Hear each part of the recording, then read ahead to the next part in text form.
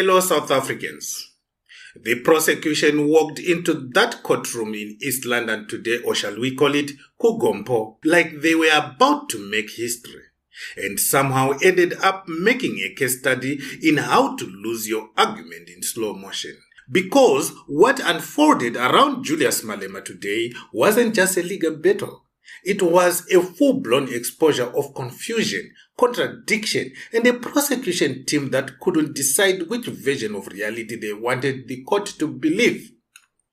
From the very beginning, the state, backed by AfriForum, came in swinging hard, not just asking for punishment, but pushing for a staggering 15-year jail sentence, as if they were dealing with a hardened criminal mastermind instead of a political figure involved in a reckless but non-lethal act where, let's be very clear, no one was injured, no one was even targeted, and no actual harm occurred. Now, here is where things start falling apart, because during the trial phase, the same prosecution stood firm and told the court, treat Malema like any ordinary person. No special status, no political consideration, no celebrity treatment, just another citizen before the law. It sounded noble, it sounded principled, it sounded like equality. If the court imposes a custodial sentence, it will satisfy the principles as set out in State versus Zin. And the court will do its constitutional mandate of equal treatment before the law and will serve the legitimate and pressing interest of a society that has the right to expect that its leaders and lawmakers be subjected and to obey the same law that they are elected to uphold. That's my submission, unless there's anything else the court wants to hear me on. But fast forward to sentencing, and suddenly the script changes. Now the prosecution flips and says, actually, he is a public figure, a leader, a role model, so we must punish him more harshly to send a message. Until today, he still doesn't see what he did, what danger it posed,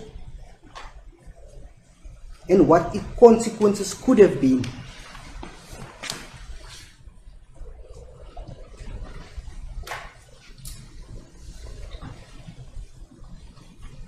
His position as a public leader and a role model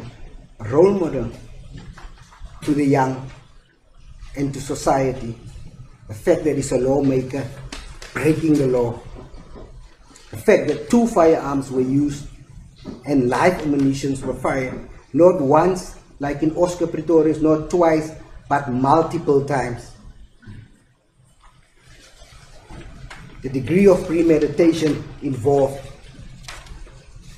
and his deliberate conduct puts him in the category for 7 to 15 years.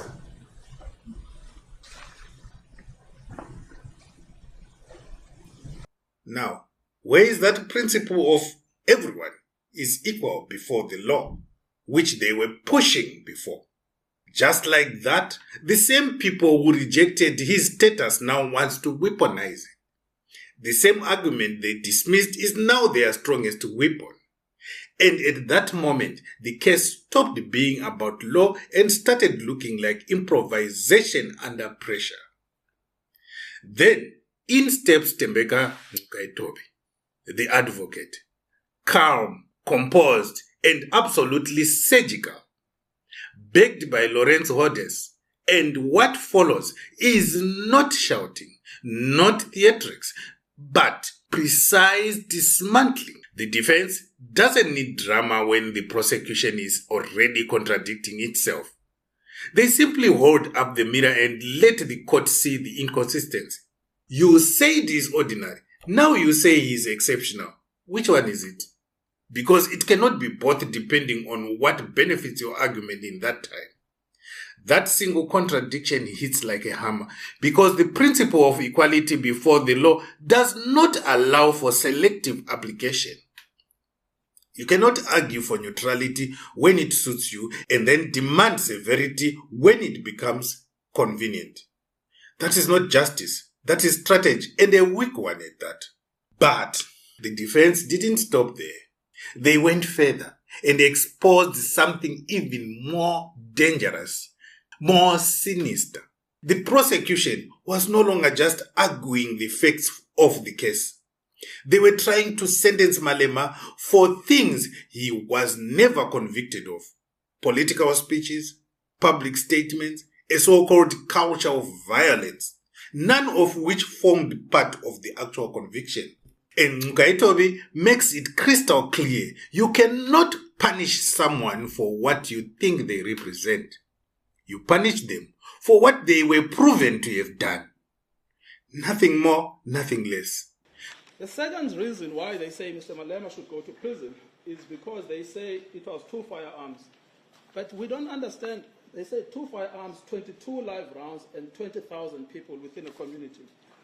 We don't understand why they say that. If your leadership goes to our heads of argument, we start off by summarizing what the actual findings were, not what the state wishes the findings were, but what the court said the findings were. And the important ones is 1.2, unlawful possession of ammunition in contravention with Section 90 of the Firearms Control Act, to wit. Now those words, to wit, usually mean in that. In other words, their point is to constrain the factual basis of the finding, not to expand it. 8.223, Remington bullet. 1 bullet, without holding a license, permit, dealer's license, manufacturer's license, gunsmith license, import or export, or in transit license or other authorization. 1.3, unlawful discharge. But that's the unlawful discharge of the 1 bullet that he was in possession of, referred to in the second conviction. So we have the same problem here, my lady, with the greatest of respect, that the findings are distorted. It's a narrative building.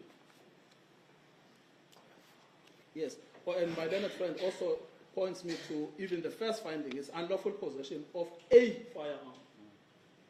Not the firearms, a firearm, 1 firearm, 1 bullet.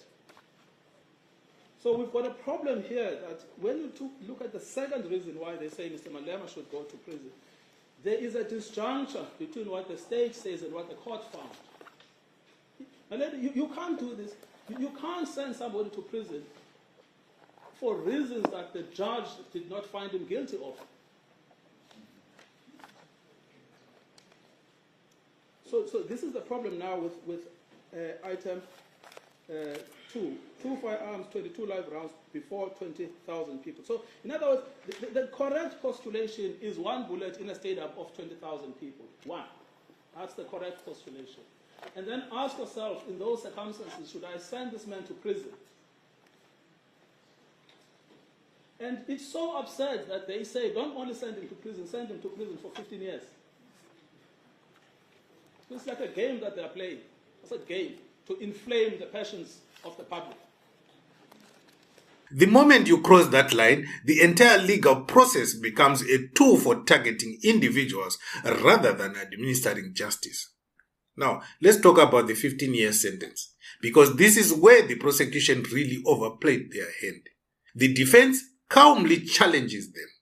Show us one case, just one, where someone in similar circumstances received a custodial sentence, let alone 15 years. A single precedent. Silence.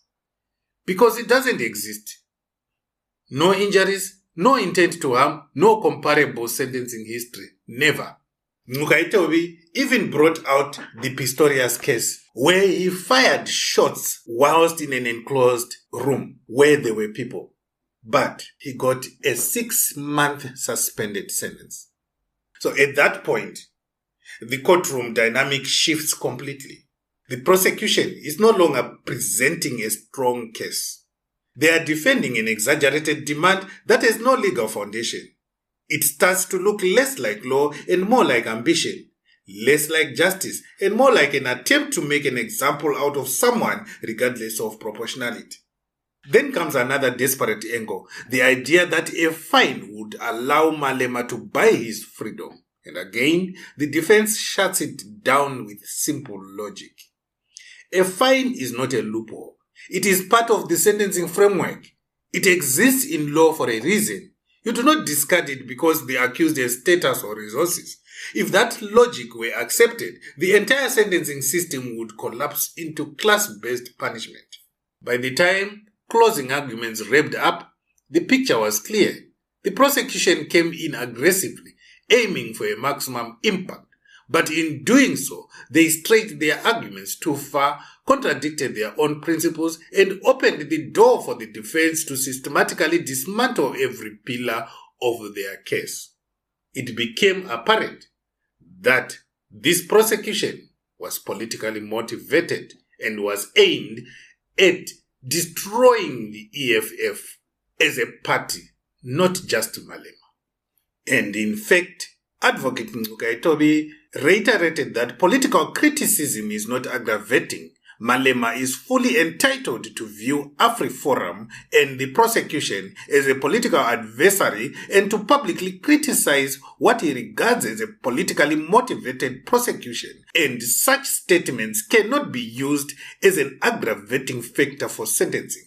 Ngcukaitobi emphasized that Malema's political speech is protected and irrelevant to the narrow facts of this conviction. Mr. Malema is entitled to regard AfriForum as a political adversary and to criticize it for an unfair prosecution because he believes that they are behind his prosecution. What you cannot do, you cannot take that political statement by Mr. Malema and take it into account in sentencing. I hear you fully. Yes, thank you, Malema.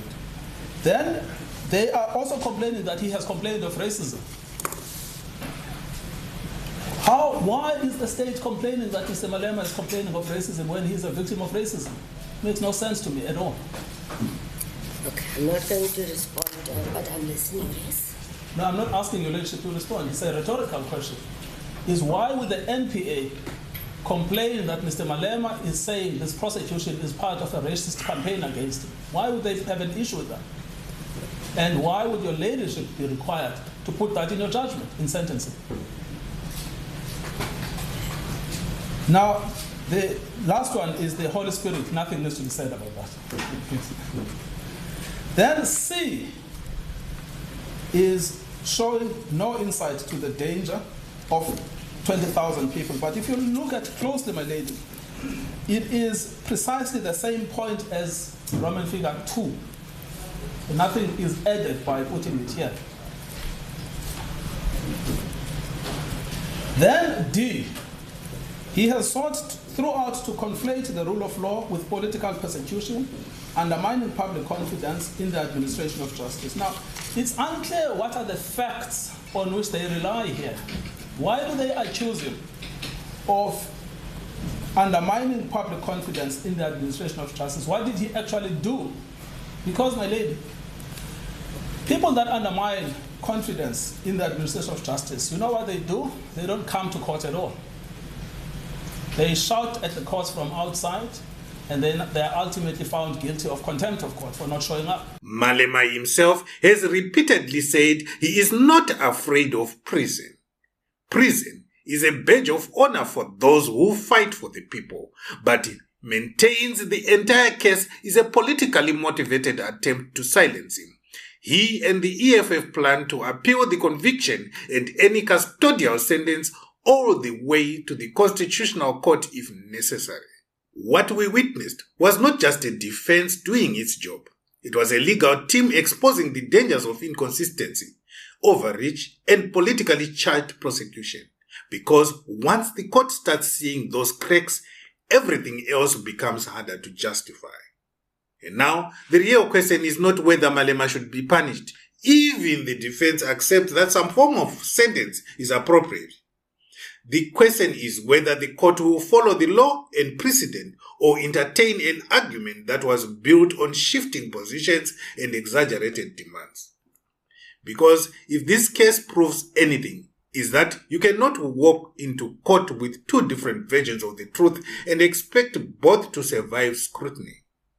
One of them will collapse, and in this case, it looks like the prosecution's version is already falling apart.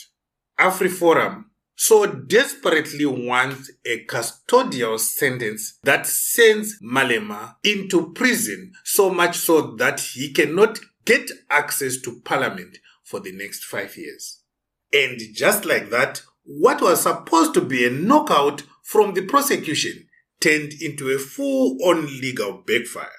But the final decision is still coming, and trust me, this one could shake more than just one courtroom.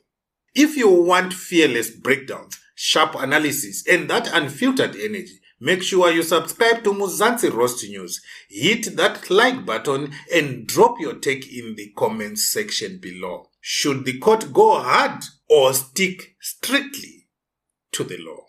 Stay logged in with the Mzansi Roast News, because here we don't just report the story, we roast it until it's golden brown.